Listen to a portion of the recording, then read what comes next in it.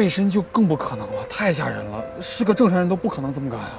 所以人背身向后站在高处，女人的下意识动作就是双臂会不由自主地抱紧自己的身体，这是大脑的自我保护机制在起作用。我觉得男人也会。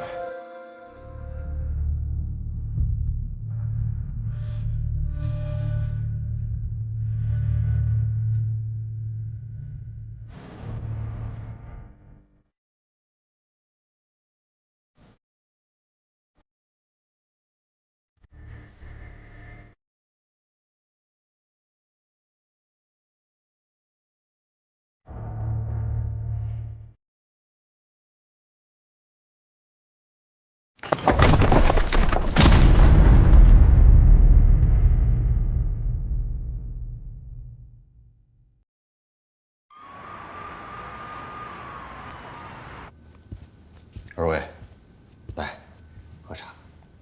谢谢。一听到沈主任自杀的事儿啊，把我给震惊坏了。就算遇到再大的困难，也不至于走这条路啊。听您的意思，您觉得沈清是自杀？不是自杀，难道是？我们现在正在调查，各种可能性都不排除。沈主任最近有什么异常表现吗？异常表现？也没什么异常表现。苏行长，您所掌握的信息对我们侦破案件至关重要，还希望您如实回答。就是有些事儿啊，它牵扯到银行的对外形象。形象重要还是人命重要啊？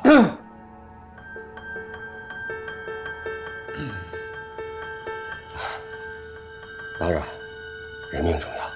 所以说，对重要线索隐瞒不报，可不是多一事不如少一事这么简单。警官，您这话呀，可真把我给吓坏了。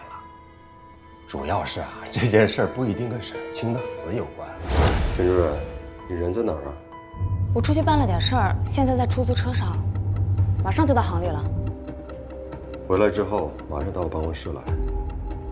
刑侦大队来人了，过来协我点事儿。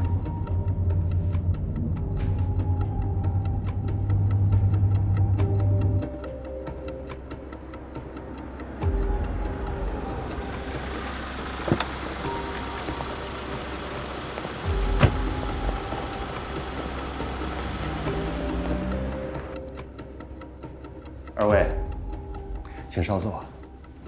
沈主任啊，马上到。好，谢谢。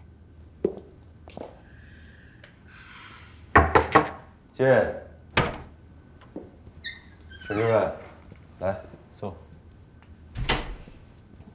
我来介绍一下，这二位啊，是惊人大队的，过来了解一下成明机械贷款的事儿。经侦队李艾。沈主任，全民机械从贵行贷了多少款5500万。贷这么大的一笔款，贵行对全民机械的各项审查肯定很严格吧？哎呀，严，简直太严了。因为是我知道，最后签字那份钱，这信还在发出呢。全民机械的贷款手续都是沈主任亲自经办的吗？手续绝对合规合法，我仔细审核了很多遍，没有任何问题。那全民机械为何不按时还款？这个，他们说公司没钱了。既然全民机械的手续没问题，就说明他们公司的经营状况非常好，否则贵行也不会贷这么大的一笔款给他们，对吧？据调查，全民机械从贵行贷的款并没有用在公司经营上，而公司实际的经营状况早已入不敷出，这一点，难道贵行事先一点都不了解吗？沈主任，你不是说成明机械财务状况良性，实际经营状况有什么问题吗？他们递交的财务报表的确详实可信，我也实际去公司考察过，没有发现什么明显的问题。存不存在伪造财务报表的可能？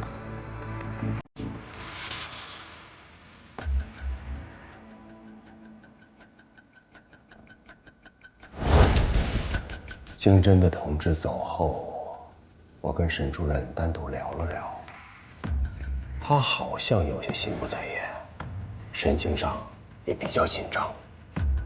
现在想想，好像是真的是有什么问题。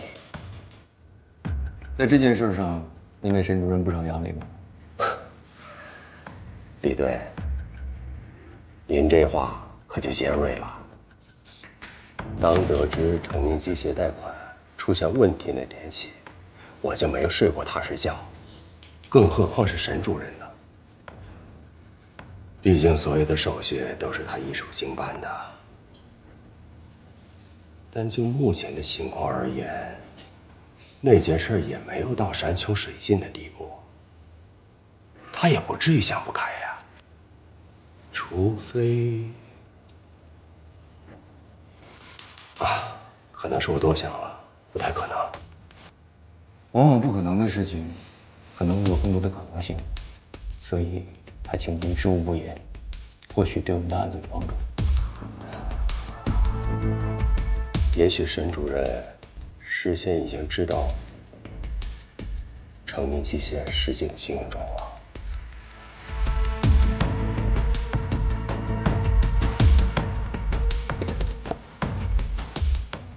您是在说，沈主任对您故意隐瞒了真实情况，暗中帮助成名机械获取贷款？我都是瞎猜的，还要经过内部调查才能确认。但就我个人而言，对沈主任还是很信任的。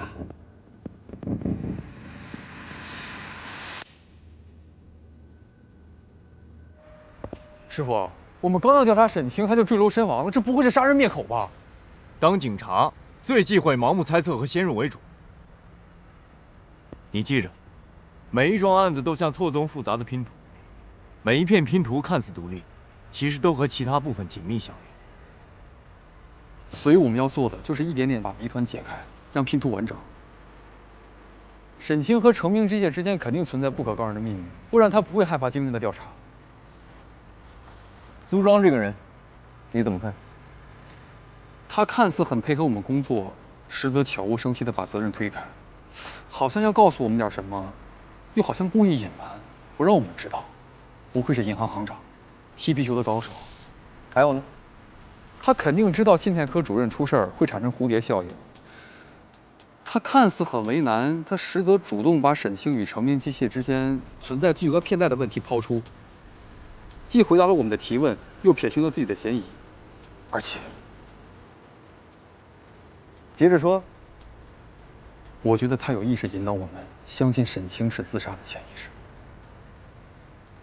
行，有刑警思维了。那是师傅，我天天读书看报，那不就是为了调查时候呢？沈清进入银行以后，从侧门的消防楼梯上到了天台，上来以后没多久就停电了，而且所有的外部监控都失去了作用。这种巧合发生的概率也太低了吧？假如你是沈清，在这样的时候，你会选择什么样的方式来侦查？师傅，你这个比喻方式有点吓人啊！当警察从踏入警校那天开始，就要学会淡然面对生死。想要破案，拿自己打比方，往往是最有效的。师傅，你还是拿自己打比方。我没有办法体会女人在这种时候是什么样的心态，但你不一样。啊，你不能体会，我也不能体会啊！我可是个铁骨铮铮的钢铁直男啊！你不是总说自己特别擅长研究心理吗？这多好的展示机会！不是，就让我表现一下呗。等会儿我体会一下。站上面体会。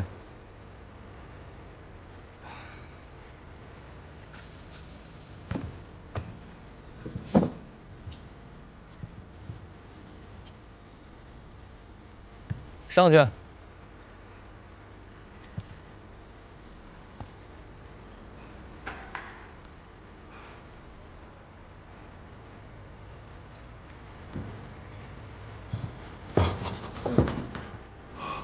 怎么样？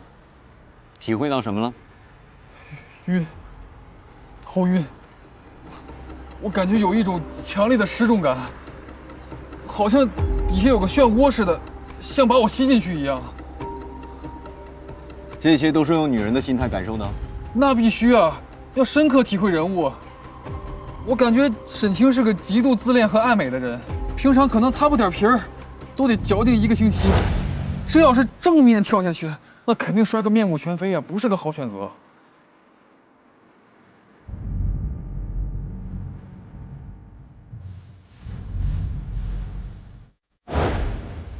行，挺入戏。那背身呢？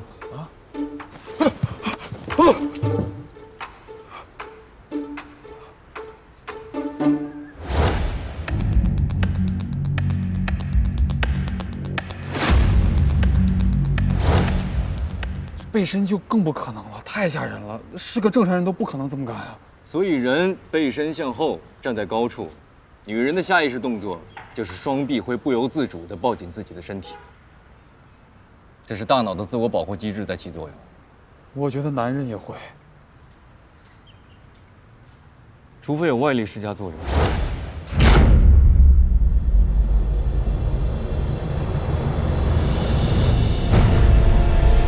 否则沈清坠楼，位置不会那么靠外。所以沈清绝不可能是自杀。师傅，我先下去了。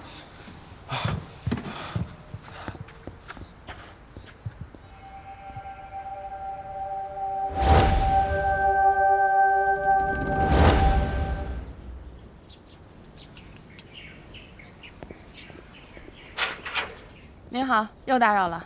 我们有些情况需要跟您进一步了解一下。我已经跟你们说得很清楚了，昨天晚上我早早就睡了，什么都没听见。作为公民，您有配合警方调查取证的义务。那作为公民，我也有保持沉默的权利。哎，李队，这个沈清的女邻居好像很排斥我们的询问，我感觉她应该是知道点什么。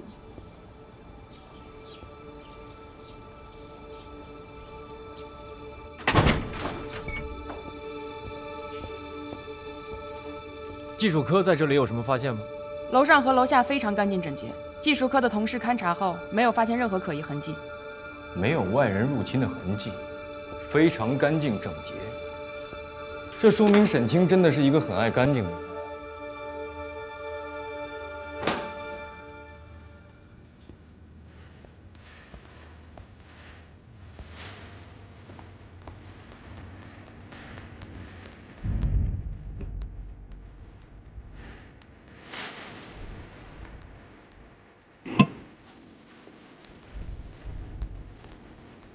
对了，楼上有一间房间非常特殊，等会儿你看看就知道了。假设沈清是自杀，他自杀之前会把房子里每一个角落打扫得干干净净，然后拿着啤酒去银行的天台跳楼，说得通吗？通常人自杀前心理波动是非常大的，喝点酒安慰一下自己也算正常。关于卫生，一个女人独自居住，就算1、2天不打扫，应该也看不出有多脏吧。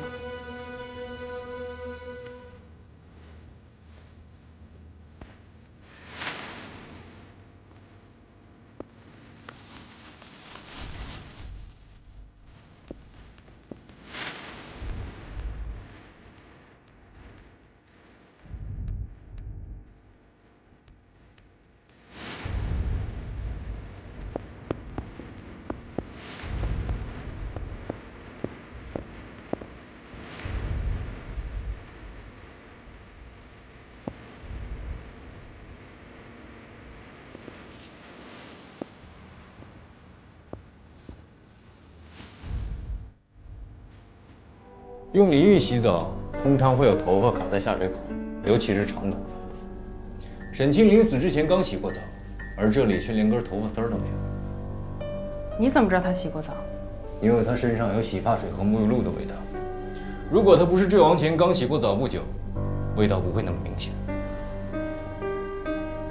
沈清下班离开银行的时间是7点20，我刚刚从银行开车到这里，用时25分钟，算是下班高峰。他到家的时间不会超过8点10分。啊，皮皮，乖宝贝。假设是他杀，那么大概率有人约他去银行的厅台见面，而且这个见面是临时决定。为什么？沈清死亡时间是23点，中间间隔了3个小时。如果这个见面早就定好了，他怎么可能穿着睡衣赴约呢？有道理，而且李队，沈清的化妆品和首饰都是高档的，这就说明沈清平常一定是一个注重妆容的人。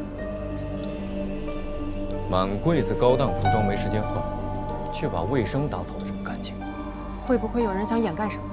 比如嫌疑人？